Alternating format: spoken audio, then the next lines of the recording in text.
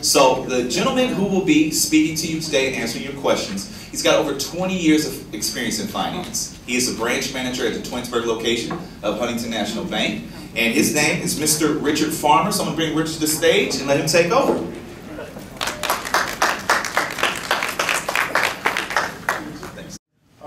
First and foremost, I'm Richard Farmer. I'm the branch manager of the Huntington Bank branch office in Twinsburg, Ohio. There's some people, I think I see a couple of my customers in here actually.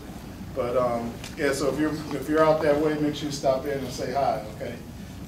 Today, so we'll talk briefly about establishing credit, and then we'll spend more time probably around improving our credit score and how to go about that process.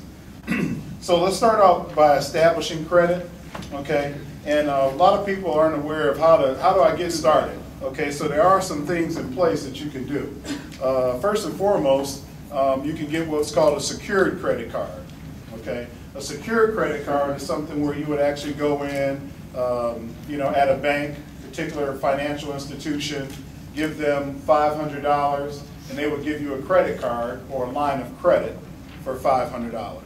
Okay, and you could use that credit card to begin to establish credit that way. Let's talk a little bit more about credit. First and foremost, credit is so important nowadays. I mean, there's a lot of different things that credit can prevent us from being able to do. Okay, number one is to get a job. Okay, nowadays, I'm not sure if you're aware of it or not, but if you go in and you had this great interview and you thought you did a great job and you were well prepared and you had all this experience and all of a sudden I didn't get that phone call back. Hey, what happened? I knocked that interview out of the park. Okay? They don't tell you that. They can't tell you that they turned you down for credit, but more than likely, that may have something to do with it. It takes a lot. Just not necessarily making your payments on time is going to get you an 800 credit score.